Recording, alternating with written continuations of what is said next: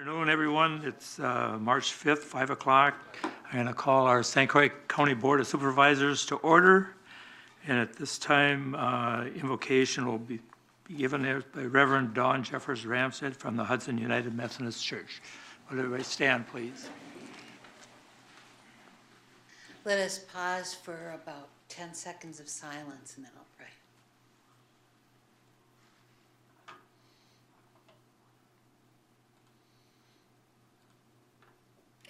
Lord of all creation, we gather as a people who are privileged to live in a democracy, who are blessed to have these county leaders willing to serve, to represent our various interests and our various constituencies. But as they do their work tonight, we ask that you give them wisdom to consider the greater needs of St. Croix County, and that in their deliberations, your will for our communities, for our county, will come to be. We pray this in the name of Jesus the Christ. Amen. Amen. Thank you. Thank you. Will everybody join me in the Pledge of Allegiance? I pledge allegiance to the flag of the United States of America and to the republic for which it stands, one nation, under God, indivisible, with liberty and justice for all. Thank you. Cindy, we'll have roll call.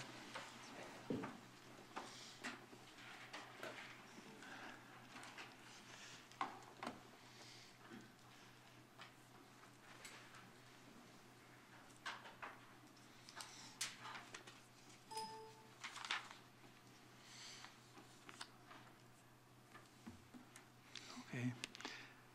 We'll move forward then. At this time, we're open for public comment. Anybody that from the public that wants to speak on anything that's on or off the agenda can do it at this time.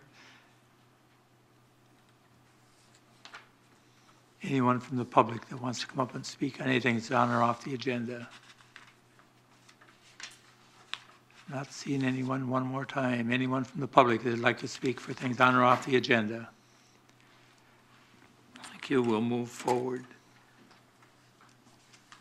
We have our consent agenda. I am looking for a motion to approve. Tom Supervisor Coulter, second. I need a second. Supervisor Brinkman. And get that up there. We have a motion and a second. Is there any discussion on the consent agenda?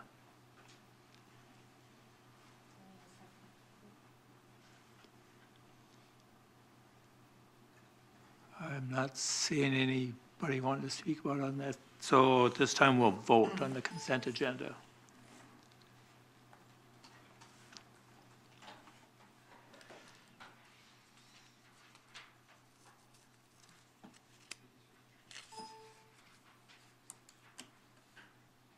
And that's all yeses. Thank you. We will move forward.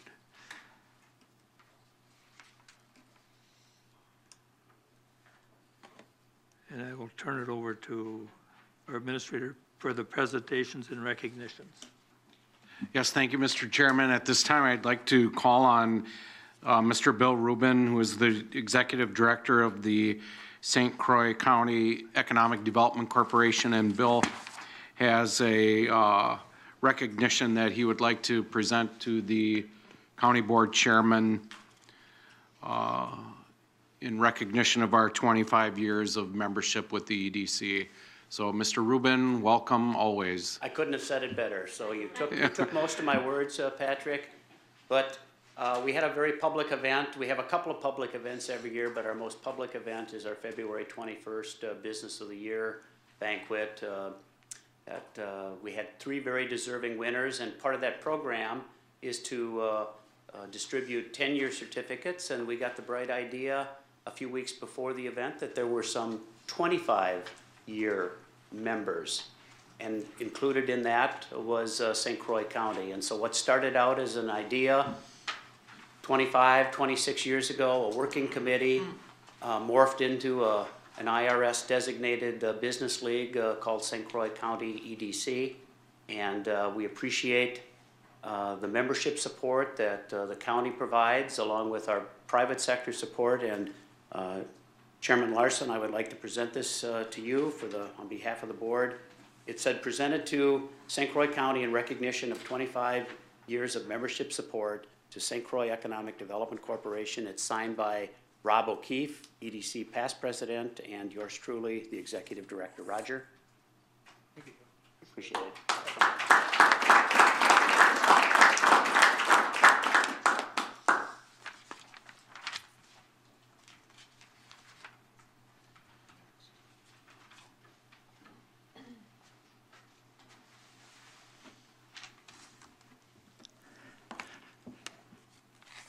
This time, we will move forward from the recognition. Thank you to the Wisconsin. I'll turn back over to Pat.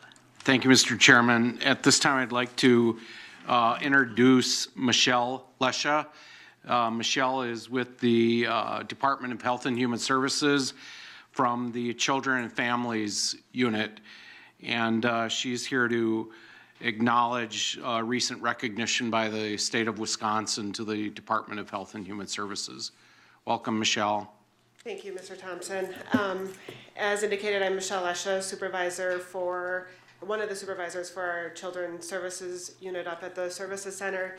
And I believe you all received a copy of a letter from the state recognizing our agency in regards to the number of, a percentage of contacts of kids in out-of-home care. I'm not going to read that letter to you, but what I will tell you what this means for our agency. We have social workers in our initial assessment unit, the ones that go out and investigate child protection matters, our ongoing child protection social workers, as well as our youth justice workers that work really hard on making sure that when kids are in out-of-home care, that they have face-to-face contact with them at minimum once a month. And on top of that face-to-face contact, they have to enter that contact and what happened during that contact in our state system in which generates this report. What they do when they go to visit these kids in out-of-home care, they meet with the kid to talk to them about how their placement is going. Do they feel safe? Are they getting what they need out of this placement? And then also they meet with the providers to make sure that we can, if there's any needs that they identify with the kids in out-of-home care, that we can help support them. So this letter is a pretty big deal for us, that we continue with the increased number of kids in out-of-home care to still meet that face-to-face contact requirement. Thank you. Thank you, Michelle. Are there any questions at all from the board? If not, thank you. Thank you. Thanks.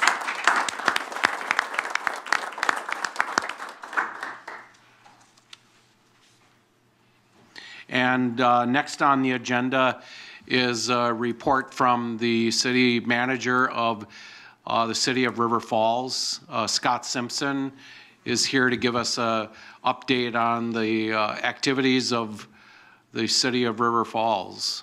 Welcome, Scott. Thank you. Chairperson Larson and the board, thank you for giving me the opportunity to represent the city of River Falls here. Our mayor and council president are both at a plan commission meeting right now back in River Falls, so so you've got they're third best, I guess. But happy to provide you a brief update. The presentation tonight will primarily consist of a short video that we do each year, celebrating some of the successes we've had and the projects going on in the community. And then I have a few slides to show you some of the progress of projects and things ongoing that I thought may be of interest to you as county board members, and then I'd be happy to take any questions that you might have. So, start out with our video.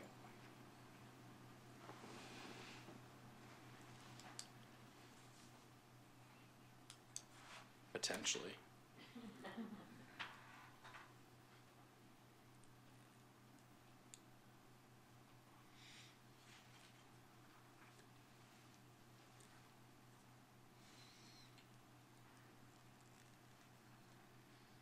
The city of River Falls went back to the basics.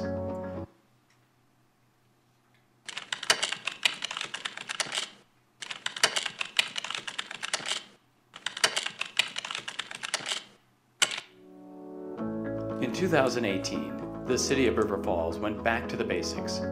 City Council and staff revisited our mission and created a new vision statement for the city. We also took a closer look at our values and rededicated ourselves to both embracing and living them as we work with each other and our community.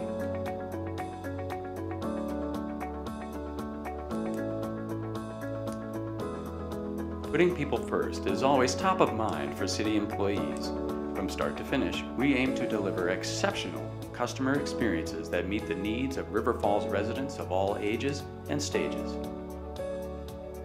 In 2018, 174,000 people visited the library and checked out nearly 320,000 materials.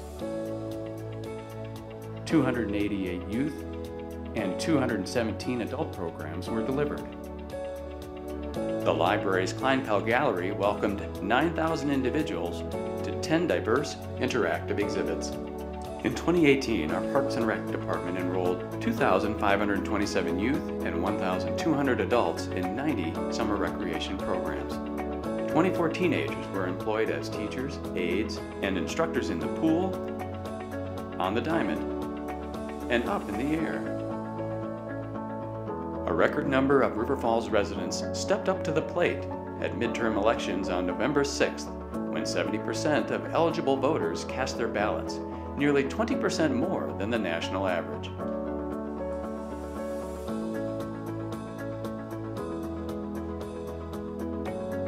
Serving our community and putting people first is job one. Many times that work is done behind the scenes, but it provides the necessary services that keep our community functioning safely and efficiently.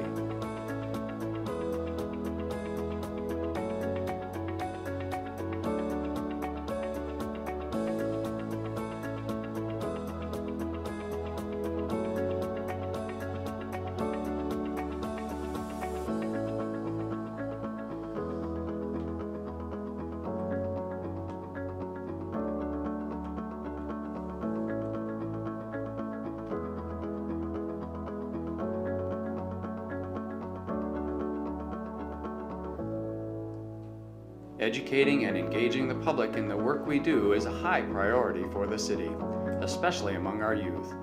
Whether it's putting out fires or introducing 250 second graders to the Public Works Department, planting trees on Arbor Day, or demonstrating the importance of good stormwater management, we are busy helping a new generation become active participants in this community that cares.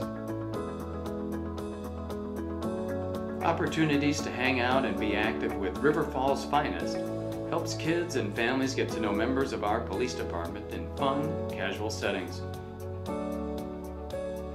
This year, the Torch Run bike ride surpassed its early sign-up goal, winning investigator Ryan Miller a classic pie in the face.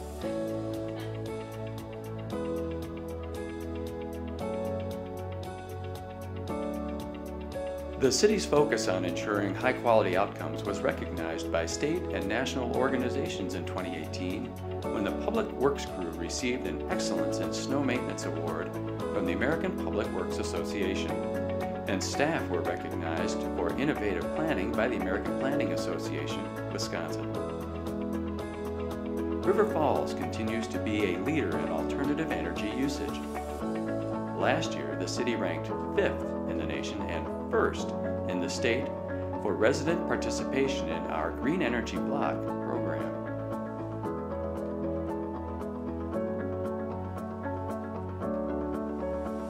Acting with integrity means being transparent in all we say and do. Transparency invites community dialogue, aids decision-making, and builds trust.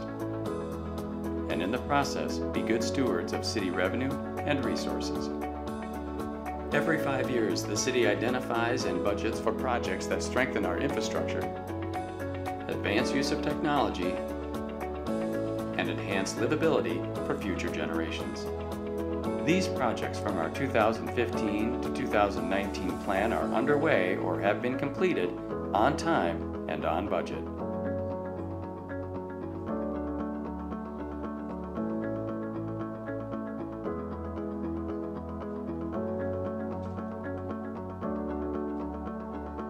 As we continue to check off promised capital improvements, we work daily with investors and partners to complete development projects from all corners of our community.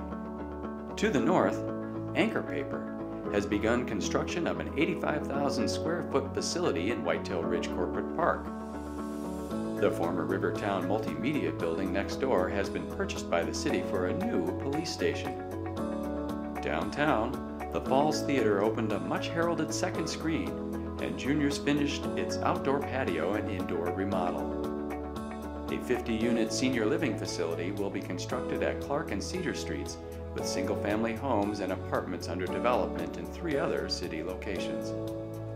At Glen Park, a foundation has been laid for a new pavilion, the first of several major park renovations. The city made many new furry friends when it opened the River Falls Dog Park this spring. Chippewa Valley Technical College completed an addition and added parking in 2018, and construction on Rodley Hall continues to move forward at UW River Falls. And the River Falls Gymnastics Club held a grand opening for its new building east of the high school.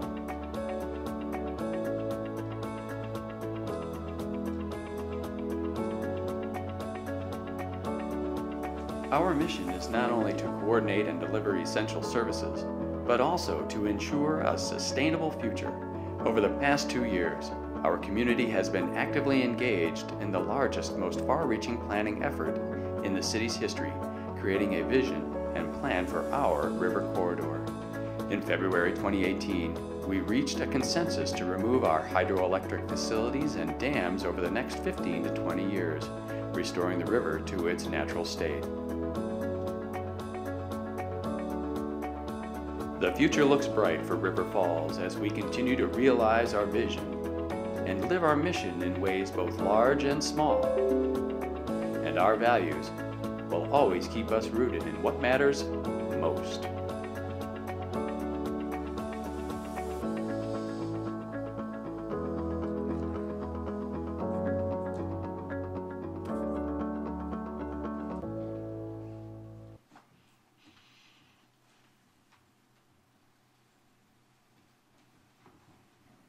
As you can see, I work with some talented folks. We were able to produce this. Each year we produce this video internally, so we're pretty proud of the quality that we can produce with the staff. So the more you know, the cooler you are. So these are some of the folks I get to work with every day. This was our parade unit for the River Falls parade. So I hope to just give you a few updates of things that are going on in the city that might be of interest to you. First, I want to say thank you to the county board for your investment in many resources, all of which benefits the residents of our community. I've had the pleasure to work with a number of your department heads on a lot of different projects, both in what I would consider direct support of our residents and also some special projects, whether it's telecommunications, your support of our library funding, the shared ride taxi service that's supported by the community and also both of the counties, and the list goes on and on for things. So thank you for what you do. I know that in local government cities we get a lot more direct contact with the public, and so there's more opportunities for them to say thank you to us, and I know in county government there's less opportunities for them to say thank you to you. So I'll do that on behalf of the residents of the city of River Falls for all the things that you do as county board. Anchor Paper is one of the projects I mentioned. We've got a number of projects in the corporate parks that are under development. This is a project though that has started, and like many of the other projects, they kind of put them on the board for one size, and as they get to know us a little bit better, and things progress with their business, this actually got a little bit larger than what's posted here, but we're looking forward to them opening soon in the Whitetail Corporate Park. Police station building, we purchased this 22,000 square foot building from the River Falls Journal. It had been marketed for a few years, and I had helped them try to market it to, but it is essentially a very nice office with a very nice garage, which is exactly what a police department is. So, but it's not a great fit for industrial tenants or office tenants. So it turned out to be a good opportunity for us as a community. The cost of a new Greenfield Police Department was estimated at $12.5 million. So this will reduce our debt service demand by about $8 million. So this is a significant fiscal strategy that we're able to employ here, and we expect to be open in 21. The depot and city station is the building that was mentioned next to City Hall. It's 50 units of affordable senior housing with tax credits, and then there's a market rate 24 unit right there on the river also, and we're expected to, this will break ground soon and open in the summer of 2020. Glen Park was mentioned. We have a FEMA storm grant we were able to leverage in combination with a new park pavilion for Glen Park. So within the four walls of the new pavilion is actually a $850,000 grant awarded FEMA storm shelter. So we'll be able to multi-purpose that for the community, and it'll be a big upgrade to what we had in the park. And in addition, we're adding a splash pad to the community pool. One of the big projects in transportation with the Department of Transportation is impacts Hoffman Park, and that's the jug handle for 35. That's pretty significantly impaired intersection safety-wise, so this will be good for the community in the region to get a safer intersection there. And as you can see, it impacts the park pretty significantly. We've been working on this for about 15 to 20 years. That construction, I believe, is 2020. Both of our institutions, higher education institutions, have significant remodels underway. I believe Riley Hall was a $15 million remodel, and CVTC did a $1.5 million addition to their facility. Right now, the university is planning for a $125 million science building. That's the next building on their campus. In anticipation of that, and in combination with the investments that were made to the Falcon Center, which is down here, the new $65 million kind of health and human fitness area, human performance, I guess. We're doing a campus quarter planning process with CVTC and the university and the city to kind of look at some of the transitional areas in and around the campuses to identify some opportunities for additional development there. We did complete and sign a boundary agreement with the town of Kinnickinnick. This was a long time coming, and the mayor and the town chairman were committed to working through a boundary agreement. So this agreement has been approved by both the town and the city and signed by the mayor and the town chair. And this will help us with both of our planning efforts going forward. So we're getting rid of the kind of the mass of multiple jurisdictional lines under the statutes and with a single planning area. The Kinney Corridor Plan was mentioned in the video. We have the Kinney Corridor Collaborative, which is a new public-private partnership 501(c) that's in formation to help the community realize the vision that's in this plan. And I think all the things I'm mentioning tonight are on our website if you want some more information, or if you have want some direct links, I'd be happy to get those if you contact myself or Pat. I can get you any more information. With that, I'd like to take any questions you might have, dispel any rumors, or take any praise. I got a quirky one. How big is the dog park? Very big. Let's see. It's a former landfill site. So I want to say it's between 18 and 20 acres. Oh, that's super. And if the county board wants to do, of all the things we do, the county board wants to get happy people. It's amazing the reaction that the dog park has created for us. And it was essentially, again, creative thinking by our staff. We had to put a new fence around the former landfill. And so we thought, well, if we spend $5,000 more, we could put a couple gates and other things in and use it as a dog park. So there you have a dog park, and people are very happy with it. So it's been, as one of the only non-dog houses in River Falls, I can tell I was missing out on how exciting a dog park is, because it's been there is a parking problem now at the dog park, so. Any other questions for Scott? Not, any? Thank you, Scott. Thank you very much for your time. I Appreciate it. appreciate it. We'll move into the annual reports, and first one is Administrator Thompson. Yep, thanks. Thank you, Scott. Thanks for being here. We have a good relationship with River Falls. I preach to the department heads to keep annual reports short, so I'm going to practice what I preach. The information was in the packet, and I'll take any questions.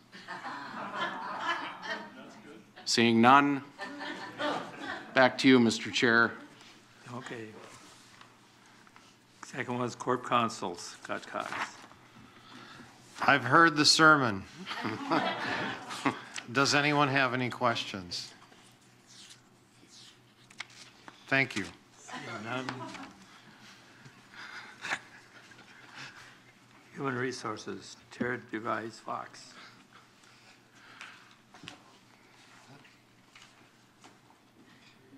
I don't have my own microphone at my seat, but first of all, good evening. Thank you for reviewing the annual report. I will keep it short because I've also heard the lesson. I just wanted to highlight a couple quick things. In 2018, a lot of our time was spent working on the successful implementation of the ERP.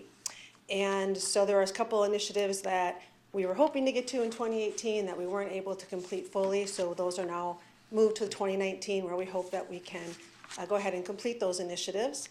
And then additionally, one thing I neglected to put on my report is for 2019's goals and initiatives, we are doing a compensation study with McGrath Consulting. They will actually be on site this week, meeting with all of the department heads to kick that off. So we're excited to be partnering with them on that this year. And other than that, are there any questions for me? Any questions? Not, we'll move forward. Thank you. Thank you. Turn it back over to the County Administrator, Mr. Thompson. Yes, thank you, Mr. Chair. In your packets, you have the monthly financial reports for the month of December 2018. These include the revenues and expenditures for the those departments that are within the 5 oversight committees. The first one is the administration. There was a total budget of $29.4 million for 2018. Year-to-date December, the total expenditures $22,281,000 for a balance of $7.1 million. These numbers are preliminary year-end. They might fluctuate a bit between now and the final reports and the final audit, but these are pretty darn close.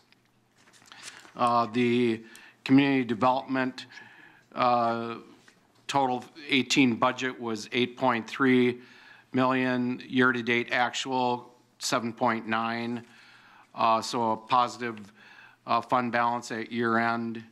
Health and Human Services, 25.2 million. Year-to-date is right at close to 25. So there is a small residual. There were some units within the Health and Human Services that are over, but those units that were under budget for expenditures, they will help make up the shortfall or year-end potential deficit, and we'll go over a little more detail with the Health and Human Services Board at their next meeting.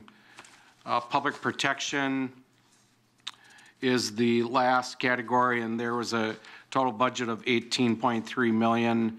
Year-to-date is at 17.7, so there's a remaining fund balance of a little over 600,000. So all units, all agencies within those 5 categories show positive fund balance at the end of the year.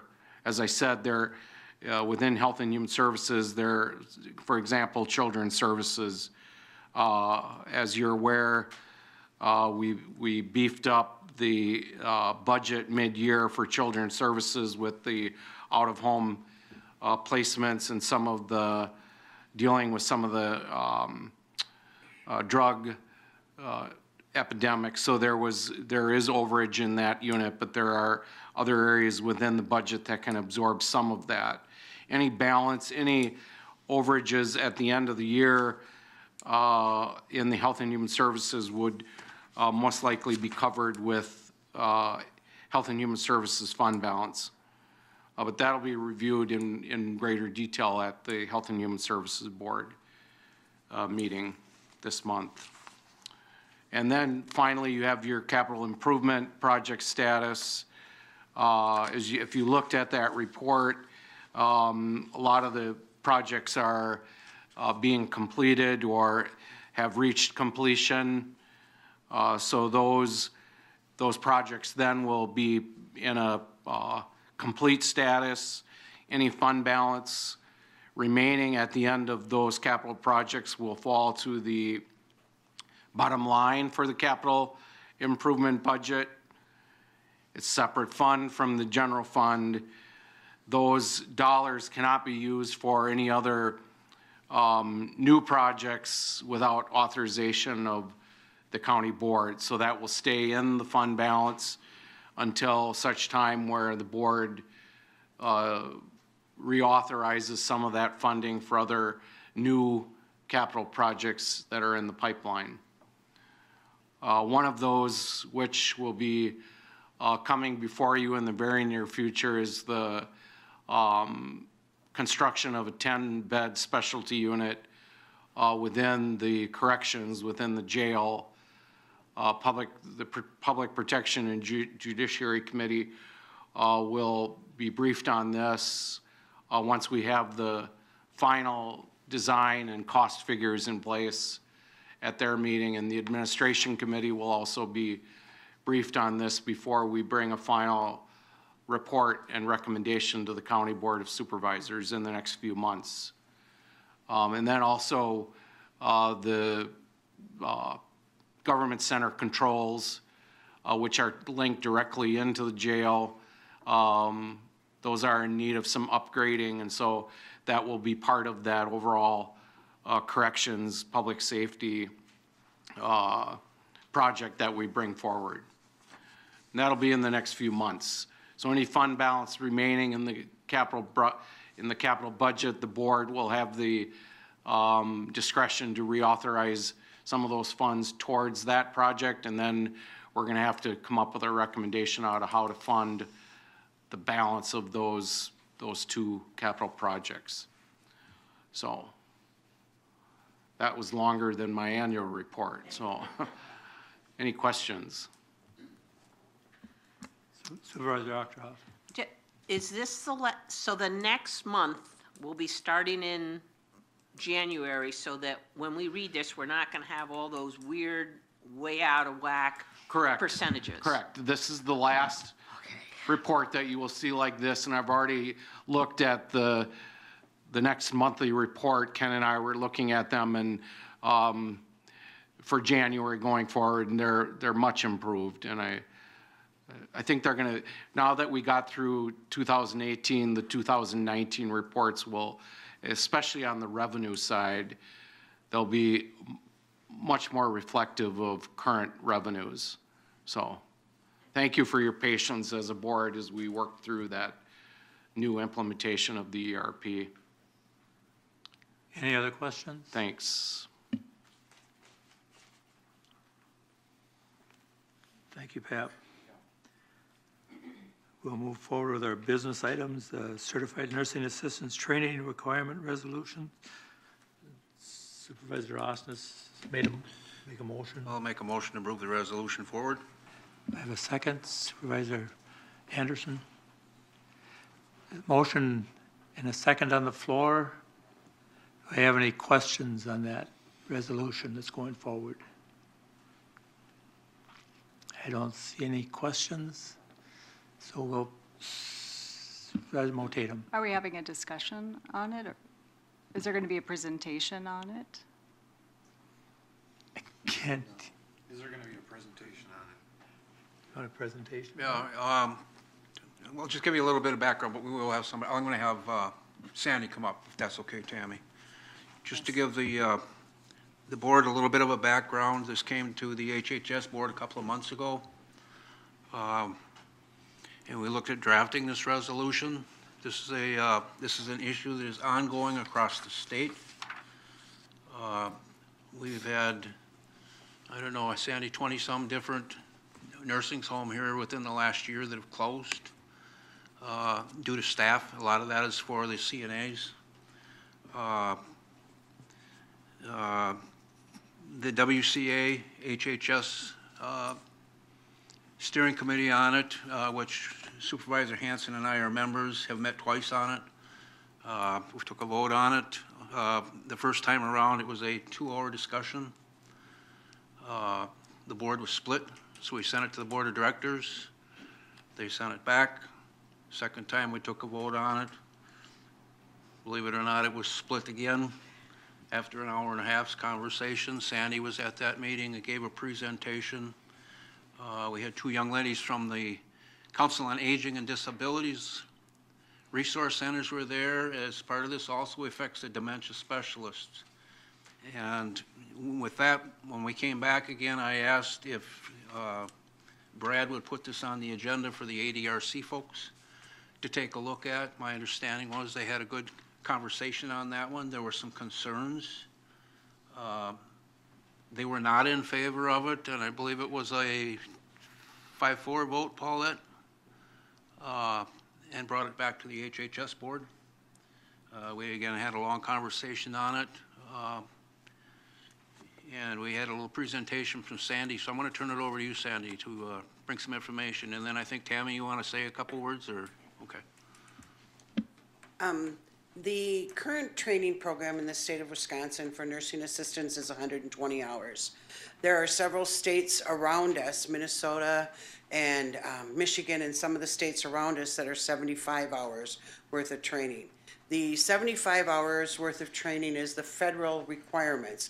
And so what we're asking is to meet the federal requirements. So if the federal requirements go up to 120 hours, then we would go up to 120 hours. But the ease of that is because the border states are right next to each other. It does cause some concern that we could have some staff from Minnesota come to Wisconsin and work, but right now they have to take a bridge course, which is a 45-hour course in order to become a nursing assistant in Wisconsin. So they're working in Minnesota and they come to Wisconsin and they have to take more education. There has been some studies and the quality indicators do not really indicate there's really a change in quality of care related to training. And I acknowledge that we need to work on heightening the workforce. Tammy and I have kind of had that discussion.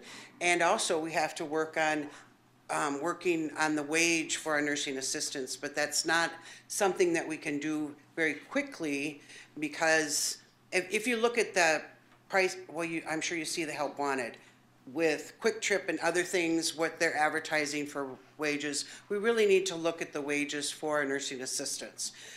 This is a no-cost program, doesn't cost anything to change this 120 to 75 hours, and it really, really helps, or potentially could help, bring other nursing assistants into the area. There are homes in the immediate area that have reduced the amount of residents they can take because of their staffing, and there are homes that have their director of nursing working the floor because they can't get enough staff. So it is a true crisis. The staffing crisis is real, and it's with all the trades, but it's very, very hard to get people to come into our program, which I agree that we need to heighten it. And some of the things that they're doing is really encouraging people to understand that it's a stepping stone into other healthcare careers, so that you could advance your career into other things, becoming a nursing assistant first. Right now, WisCares is doing a great job of bringing staff into our facilities and training them, but it's still not helping the total crisis that we're in with our staffing. Do you have any questions? Any other questions? Supervisor Octorov? Yeah, good old me again. What does the extra 45 hours of training consist of that they will no longer be getting? It's a combination, well, actually, the course requirements is so much classroom and so much clinical. And the federal requirements are 75 hours of classroom and 16 hours of clinical. The one thing to talk about with that, though, understand when they're doing classroom, they're not just sitting there looking at a book. They watch videos and they also demonstrate and back demonstrate the skills. So they're learning the skills on mannequins and other people, and they're checked off on their skills during their clinical time. That didn't answer my question. 75 hours and 16 hours. So it would reduce the amount of clinical time.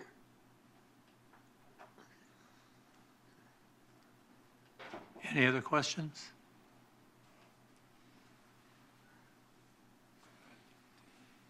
Well, I mean, I can say that I'm not supporting this for a couple reasons. One is I don't see that there's any data that says that if we reduce the required training hours, that's actually going to make an increase in CNA recruitment and retention. We can look to Minnesota has the 75 hours. They have higher wages, and yet they still have CNA shortages. Everything that I've looked at, and I've been researching this a bit, I've never seen that reducing the training hours is what's recommended. Better training, increased wages, and improved work conditions is what helps with CNA recruitment and retention. So if we're making this change to reduce the training hours, we're really reducing, in my mind, the standards. And these people, the CNAs, are taking care of our most vulnerable people. People who are in skilled nursing facilities are there for a reason. They need skilled care, and they're very vulnerable. So I think before we jump in and just say, yes, this is a fast, easy solution, I don't see evidence that this is a solution that's going to actually do what we are hoping it will do. Now, if there was some data that said, yes, this is going to make the difference, I would be all for it. But there is no data out there. Governor Evers has developed a task force on caregiving, I think it was last week. That's going to be really looking at CNA recruitment and retention, and we'll have data. So I would say, let's wait till we have data, and if there's data that supports this, I would be all for it, but right now, I can't support it right now. And the only data that I can provide for that is the quality indicators really do not indicate the training makes a difference in the quality of care. So. Supervisor Anderson. And I've seen some of the data, and they'll have the top 10 quality nursing homes in the top bottom. Missouri requires 175 hours, and they're in the bottom 9. So what I found talking to the administrators of a couple of nursing homes and the CNAs is that the 75 is enough, that they get their training in the facility. That facility does 12 hours a year of additional training that they're required to get, and that it is really resident specific. So each person, you learn about what that person needs. So much of the importance of their learning is that resident specific. So whether it be Mabel or Charlie has certain issues, and that's the things they have to learn. So I would support the resolution. Any other questions, comments? Supervisor Brinkman. Sandy, ultimately, you're responsible for the safe operation of the nursing home. Are you in favor of this? I am. Thank you. Any other questions? Supervisor. For a number of years, I've been asking advice from Sandy Hackemuller. We relied on her advice when we sought to build a new nursing home, and she gave us good advice, and we built a sound facility, which is doing very well and is continuing to be rated the highest possible rating. I personally am going to support this because I don't want to change my habit of trusting Sandy's advice. Any other questions, comments? Not seeing any. We have a motion and second on the floor. We'll vote at this time.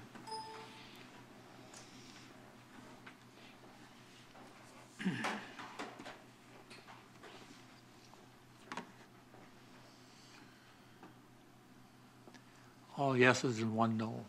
So that passes. Thank you, everyone. That concludes our business items. We'll go into, is there any future agenda items anybody wants? If you have any of those, you can bring them forward to myself or Pat or Cindy, and we'll take care of them, get them on the agenda, so. We'll move forward to the county clerk's report. I have no correspondence or rezoning requests, but I just wanted to note the passing of a former county board supervisor, Tom O'Connell. He served on the board for a number of years, I think from 1976 with a little break in there and then to 2002. So there has been a plant sent to the, for the visitation on behalf of the supervisors. So that's all I had. Any questions for the county clerk? Not see any announcements. Anybody have any announcements they'd like to make at this time?